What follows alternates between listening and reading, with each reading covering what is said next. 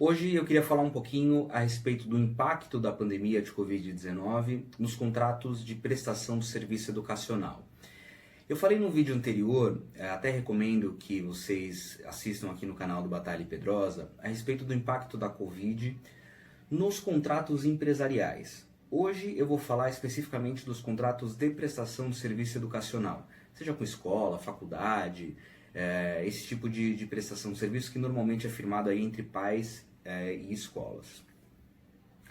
Muitas pessoas têm nos questionado se seria possível suspender o pagamento das mensalidades agora nesse período de pandemia, ou eventualmente se seria possível e justo fazer uma redução no valor que é pago mensalmente a título de contraprestação pela prestação do serviço. Essa é uma situação que ainda é bastante movediça, a gente não tem uma definição clara de como o judiciário vai encarar isso. A gente sabe, por outro lado, que tem uma série de projetos de lei tramitando, inclusive a nível federal, alguns sugerindo aí uma redução de 30% no pagamento da mensalidade, agora na época de pandemia, mas nada disso efetivamente aprovado, então não dá para a gente utilizar isso como um critério nesse momento. O que vale são as regras gerais, ou seja, primeiro verifique seu contrato. Verifique se no seu contrato de prestação de serviço tem alguma regra específica que dê alguma solução no caso de pandemias, convulsões sociais, desastres naturais, que é a cláusula de força maior. Se tiver essa cláusula de força maior, verifica primeiro o que ela diz. E aí segue a princípio o que o seu contrato está dizendo. Se não tem essa cláusula, ou se de alguma forma essa cláusula é abusiva, ou tem algum tipo de problema, aqui a gente está falando de direito do consumidor, então o contrato ele é muito relativo, aí você precisa verificar se houve algum tipo de desequilíbrio contratual. E aí a gente vai separar duas situações hipotéticas. A primeira, a escola que vem prestando serviços adaptados, evidentemente, mas vem prestando, por exemplo, com a utilização de algum mecanismo virtual, aulas online, envio de tarefas, qualquer mecanismo nesse sentido. E a outra situação hipotética são as escolas que simplesmente não vêm prestando o serviço.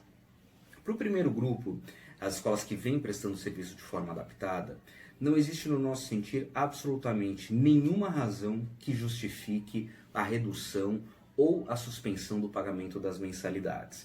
Não há desequilíbrio contratual nessa hipótese, o serviço vem sendo prestado ainda que de forma adaptada e, portanto, tem que continuar o pagamento. Para a segunda hipótese, ou seja, aquelas escolas que não vêm prestando o serviço, daí a gente tem que olhar com um pouco mais de cuidado. Digo de antemão que não nos parece que seja a hipótese de suspender completamente o pagamento da mensalidade, porque daí você gera um desequilíbrio em desfavor da escola. Ela, embora esteja economizando com alguns tipos de despesa, por exemplo, energia elétrica, conta de água, ela mantém boa parte do seu custo fixo, por exemplo, pagamento de funcionários, pagamento de professores. Então não nos parece que a suspensão total da mensalidade seja uma medida justa e correta e que vá ser evidentemente chancelada no segundo momento pelo judiciário. Por outro lado, não nos parece justo o pagamento integral da mensalidade nesse caso. Então, se o serviço não vem sendo prestado, é o caso da escola apresentar uma conta transparente para os pais, mostrando percentualmente, pelo menos, qual é a redução que ela vem tendo no seu custo fixo e dar essa redução como desconto para os pais. Então, vamos imaginar que ela está tendo uma redução de 30% nos custos, dá 30% de desconto nas mensalidades. Essa nos parece que seria a solução mais justa e mais equânime para as partes. Isso, evidentemente, vai depender de muita negociação entre pais e escola, mas nos parece que seria realmente a melhor saída. Uma terceira hipótese, fugindo um pouco dessas duas situações, seria o pai que não está conseguindo mais pagar e quer rescindir o contrato, mas tem uma multa lá no contrato pela rescisão agora no meio do semestre ou no começo do ano. Essa multa precisa ser paga?